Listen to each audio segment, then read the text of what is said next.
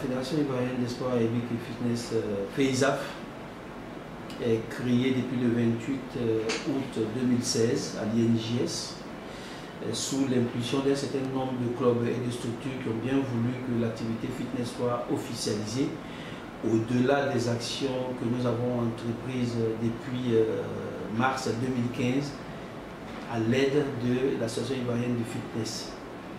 Alors aujourd'hui, c'est presque l'aboutissement de tout un cheminement qui est arrivé à la fêtière. Et cette fédération, pour nous, c'est le symbole du développement de l'activité fitness qui, à notre sens, est la deuxième activité la plus pratiquée en Côte d'Ivoire après le football. Parce que le football est enseigné aussi à l'école. Le fitness n'est pas encore enseigné à l'école, mais le fitness se pratique partout, sur toutes les ailes, dans toutes les salles. Et c'est pour cela que nous permettons de dire que c'est la deuxième activité la plus pratiquée par les Ivoiriens après le football. La fédération, elle est là. Elle a une mission, elle a une vision, elle a des objectifs, elle a une stratégie et elle a des ressources sur lesquelles elle se repose pour pouvoir atteindre, n'est-ce pas, son projet sportif. Alors, la vision, c'est quoi pour nous? La vision, c'est de faire, n'est-ce pas, de la Côte d'Ivoire la plateforme du fitness en Afrique de l'Ouest ici. Faire en sorte que ce pays soit incontournable en termes d'événements sportifs liés au fitness, en termes de structures de formation, en termes de rassemblement, en termes de mobilisation, en termes de formation des coachs, en tout cas, tout un ensemble d'éléments qui feront que la Côte d'Ivoire soit incontournable dans le débat du fitness. Nous avons déjà, dans ce sens-là, entrepris des démarches auprès de l'instance internationale, la FISAF, la Fédération internationale des sports aérobiques et fitness, à l'entremise de notre fédération sœur, celle du Maroc.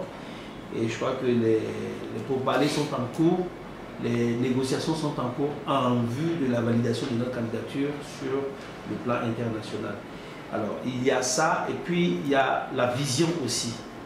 Il y a la vision, il y a la mission qui est de faire en sorte que tous les coachs soient identifiés, qu'ils soient rassemblés et qu'ils soient porteurs de ce projet-là. Il y a trois composantes à ce niveau-là. Nous avons d'abord les coachs, nous avons les structures, les centres d'éducation physique que nous appelons les salles de fitness. Ensuite, nous avons les associations ou groupements sportifs des communes qui sont exclusivement destinés à la pratique du fitness. Parce qu'il y a d'autres activités que ces structures-là peuvent faire. Mais il y en a qui ne font exclusivement que le fitness. Donc, il s'agira pour nous de faire, non seulement ce rassemblement au niveau des coachs, ça va nous permettre de les répertorier en vue d'orienter certaines formations ciblées. Il y aura les salles également de fitness ou éventuellement les labelliser selon une démarche sport santé que nous implémentons également au niveau de la fédération.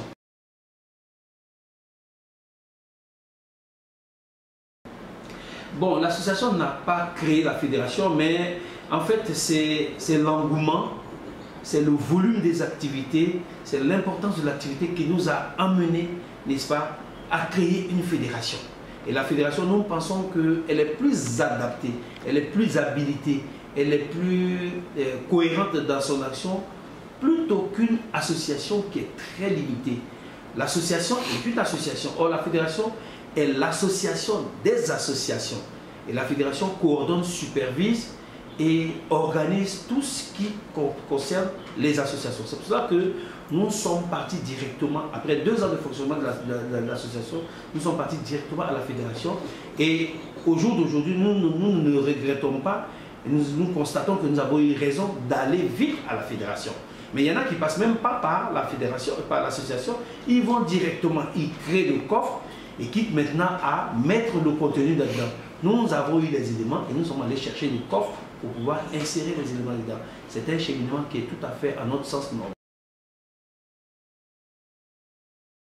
Bon, les élections se sont passées à l'INJS sous la responsabilité du ministère des Sports.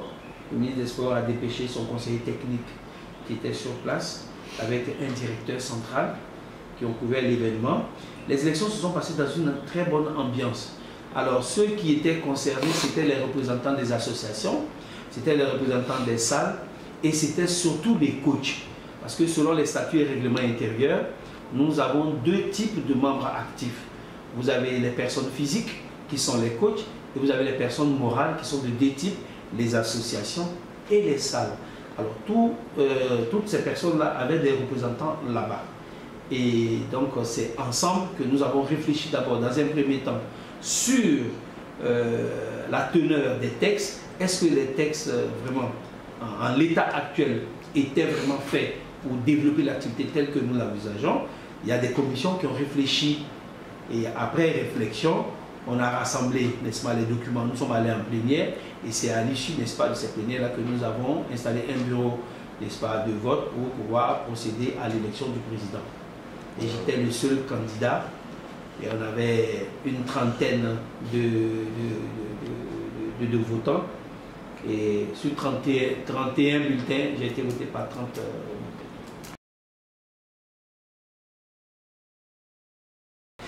Oui, parce que quand vous déposez vos papiers au ministère de l'Intérieur, que le ministère de l'Intérieur vous délivre, n'est-ce pas, un récépissé, c'était un début.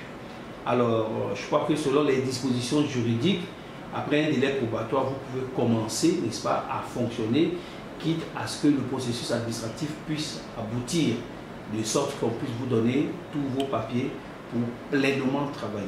Alors, le papier qui va nous permettre effectivement de rentrer dans l'action, c'est l'agrément du ministère.